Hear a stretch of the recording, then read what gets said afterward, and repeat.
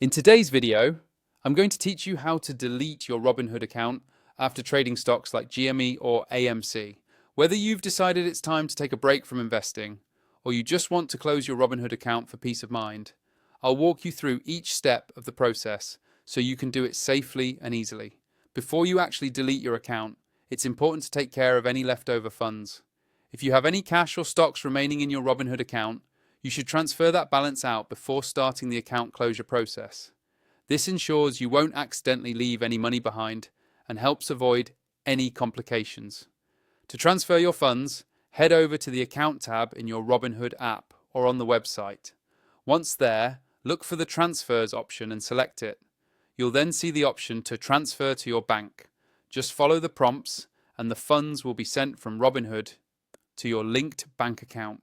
This might take a few business days to process, so make sure your assets are fully transferred before you move on to the next steps. Now let's move on to actually deleting your Robinhood account. Start by logging in to your Robinhood account on the website from your computer or any device with web access. After you've logged in, look towards the top right corner of the page.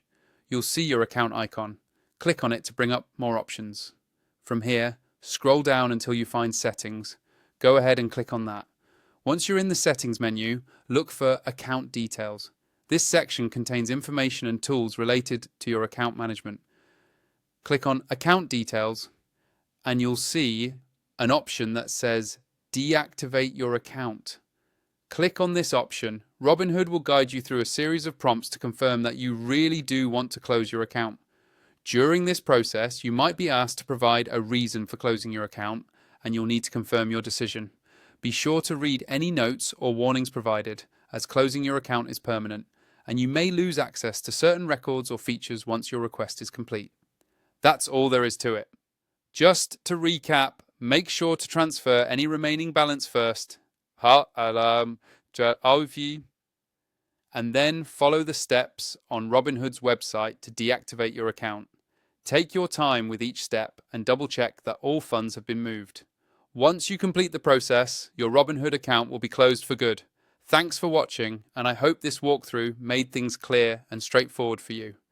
If you found this video helpful, be sure to check out our other tutorials for more investing tips and guides.